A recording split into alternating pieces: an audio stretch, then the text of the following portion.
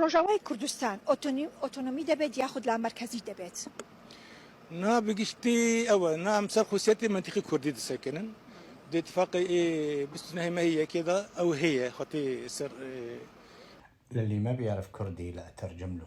اجت هاي المذيعة سألته انه اتفقتوا على المركزية ولا الفيدرالية والحكم الذاتي؟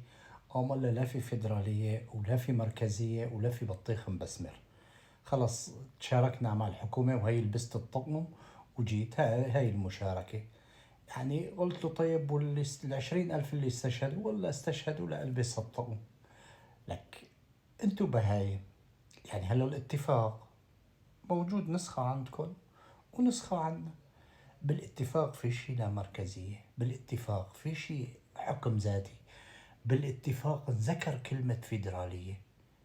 يعني ليش لسه كل ما واحد نط فيكم بيسأل لي عن الفيدرالية ولا مركزية؟ لا تحرجوا الزلمة، يعني إلا يشربكم ولا لا في لا مركزية ولا خرا.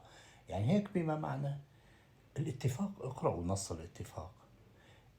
تشارك، يعني شلون تشارك؟ يعني انت ممكن تكون موظف، ممكن تكون مو نجي نشاركك يعني انت والله في بير نفط بدك تصير شريك فيه او في حكم بدك تصير انت شريك في الحكم. لا انت مشارك في هالدولة، بتكون عنصر فعال او اذا غير فعال بتروح لمكان يعني معلوم او غير معلوم يعني في اغلب الاحيان.